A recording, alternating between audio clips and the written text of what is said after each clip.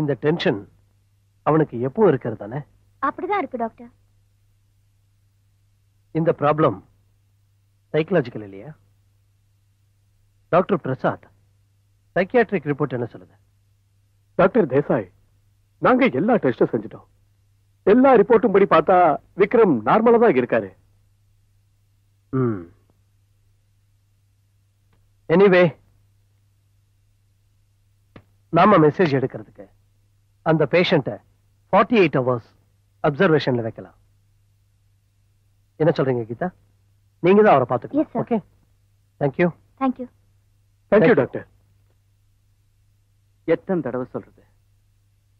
எனக்கு பசி இல்ல, அப்புறமா குடிக்கிறேன். அப்புறமாவா?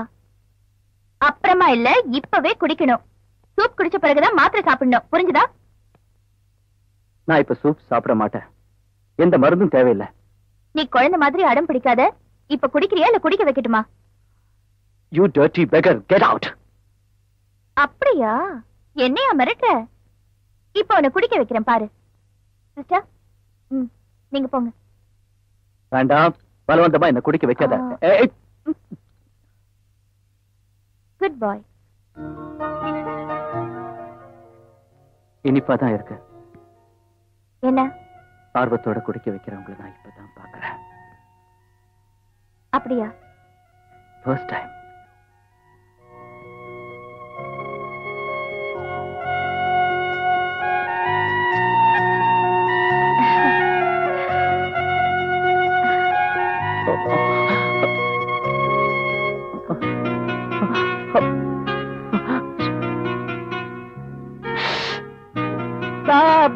உனக்கு புரியாது போ. சாவுகிறாக்கி வீட்டுல சொட்டு வந்துட்டியா? Sorry sir. பார்த்து வரக்கூடாதுடா, கொஞ்சம் ஏமாந்தா ஏத்திருப்பான்டா. என்ன என்னாச்சு? எனக்கு இன்னும் வேதனையா இருக்குடா. கீதா எப்படி இருக்கா? ஏன்டா கொஞ்ச நேரத்துக்கு முன்னாடி தானடா கீதாவை பஸ் ஸ்டாப்ல பாத்துட்டு வந்தேன். உனக்கு என்ன பைத்தியம் கீத்தி முடிச்சிருச்சா? நம்மள நாகராஜா வர சொல்லி இருக்காரா. சீக்கிரம் வாடா, போனோம் வா.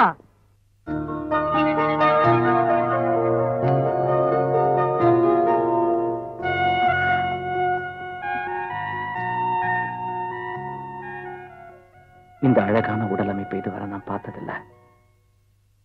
இந்த தேவதையை எனக்கு சொந்தமாக்கணும்.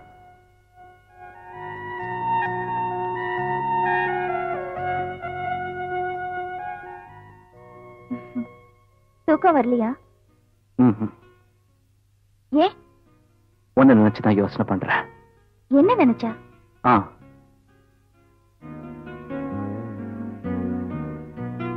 எதையோ நினைச்சு தூக்கத்தை கெடுத்துக்காத, அப்புறம் இன்ஜெக்ஷன் போட வேண்டி வரும். Good night. Good night.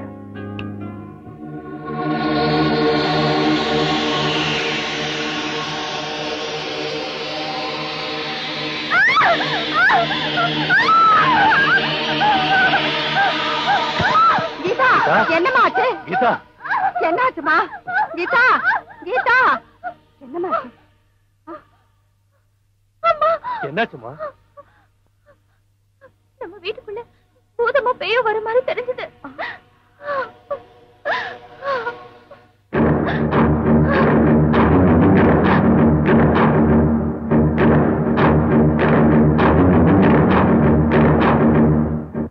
இங்கே நிறுத்துது.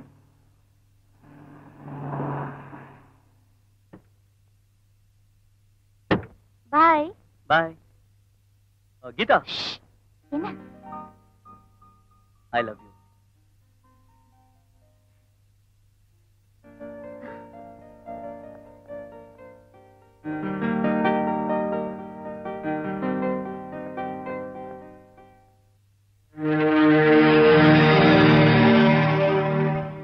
Hello, Geeta. Hi.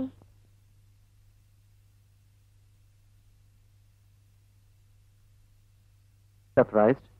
Yeah. உன்னை சந்திக்காம என்னால எப்படி போக முடியும்? உனக்கு ஒண்ணு தெரியுமா? நான் இவ்வளவு சீக்கிரம் உடம்பு குணமானது ஒரு பெரிய அதிசயம் டாக்டர் சொன்னாரு. ஆனா அந்த அதிசயத்துக்கான காரணம் எனக்கு தெரியும். யாரு? நீதான். நானா?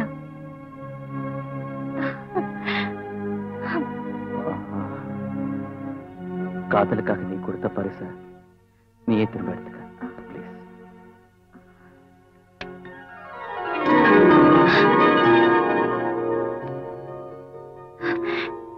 இவ்வளவு பெரிய பரிசை எனக்கு எதுக்கு கொடுக்குறீங்க? ஒவ்வொரு டாக்டரும் செய்ய வேண்டியதுதானே நானும் செஞ்சேன். வாங்கிக்கமா வாங்கிக்க. நீ வரதுக்கு முன்ன விக்ரம் எங்ககிட்ட எல்லாத்தையும் சொல்லிட்டாரு. அவர் சொத்தை பத்தியும் உன்னுடைய உத்தியோகத்தை பத்தியும் தெரிஞ்சே உன்னை கல்யாணம் பண்ணிக்கணும்னு ஆசைப்படுறாரு. கல்யாணமா? என்னையா? இந்த உலகத்துல ஒவ்வொரு ஆண் மனசுலயும் ஆழமான அன்பு முக்கியம். உன்னை கல்யாணம் செஞ்சுக்கணும்னு நினைச்சேன். அந்த எண்ணம் வந்த பிறகு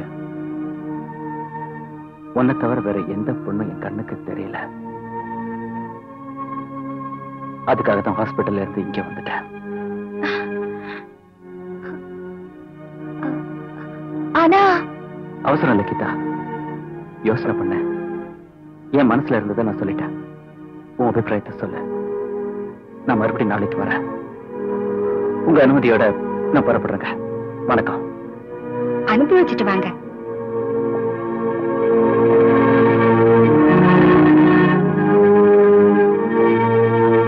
எனக்கு இந்த கல்யாணம் பிடிக்கல. அந்த பையனை உனக்கு பிடிக்கலையா? நான் வேற ஒருத்தரை காதலிக்கிறேன்னு உனக்கு தெரியுமா? யாரு? அந்த உதவாக்கர ரவியையா? உத்தியோகமே இல்லாதவன காதலிக்கிறியா? உன்னை 10 மாசம் சுமந்தவன், உன் மேல அக்கறை கொண்டவன். அதனால தான் இதை சொல்றேன். அவனை சுத்தமா மறந்துடு. உருப்படாதவன், 1 ரூபாய் கூட சம்பாதிக்க லாய்க்கு இல்லாதவன். அவன் உன்னை ஏமாத்திருவாமா? என்னங்க நீங்களாவது கொஞ்சம் சொல்லுங்க. அவன் வாழ்க்கை பாழாயிட போகுது. கீதா, உங்க அம்மா சொல்றது கேளு. 24 மணி நேரம் டைம் இருக்கு. நல்லது கெட்டதை யோசனை பண்ணி நீயே ஒரு முடிவெடு. நாளைக்கு விக்ரம் வருவான். கொஞ்சம் கூட யோசனை பண்ண வேண்டாம். நாளைக்கு விக்ரம் வந்த உடனே உனக்கு அவனுக்கு கல்யாணம் நிச்சயம் பண்ணிடுறேன். இந்த காலத்து பொண்ணுங்களுக்கு கொஞ்சம் உயரமா கண்ணுக்கு அழகா தெரிஞ்ச போதுமே பின்னாடியே ஓடிடுவாங்க.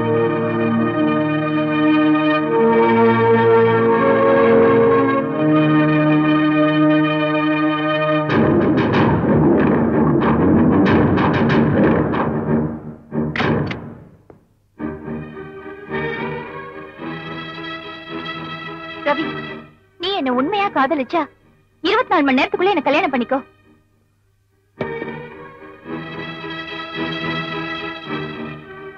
என்னாச்சு கீதா? என்ன சொல்ல வர நீ? நீ என்ன காதலிக்கிறியா? என்ன கல்யாணம் பண்ணிக்கணும்னு நினைக்கிறியா? ஆமா கீதா, உன்னை காதலிக்கிறேன், உன்னை கல்யாணம் பண்ணிக்க நினைக்கிறேன். எதுக்காக அழற? என்னாச்சு உனக்கு?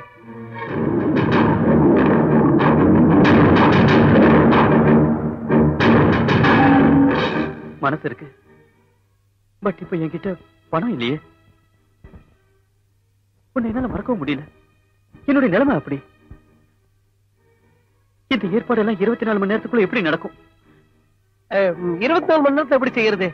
ஒண்ணு செய்யலாமே, உட்கார்ந்து பேசலாம் வாங்க. 24 மணி நேரத்துல உங்களுக்கு வேண்டிய பணத்தை நான் ஏற்பாடு பண்றேன். நீங்க மனம் போல கல்யாணம் பண்ணிக்கிட்டு சந்தோஷமா இருக்க. ஹனிமூன் போயிட்டு நீங்க திரும்பி வர வரைக்கும் உங்க அம்மாவை நான் சமாளிச்சுக்கிறேன். அப்புறம் என்ன, அவங்க கிட்ட பட்டுன்னு காலில் விழுந்து ஆசீர்வாதம் வாங்கிட வேண்டியதுதான்.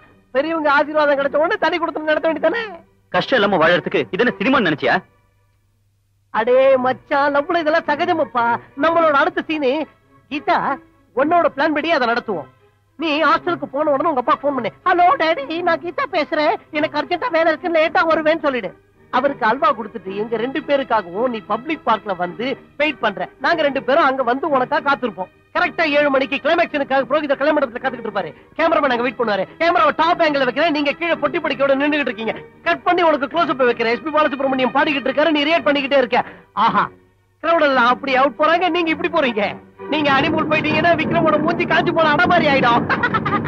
சார், இங்க ரவிங்கிறது? எஸ், நான் தான் ரவி. உங்களுக்கு டெலிகிராம் வந்திருக்கு, இங்க கையெழுத்து போடுங்க.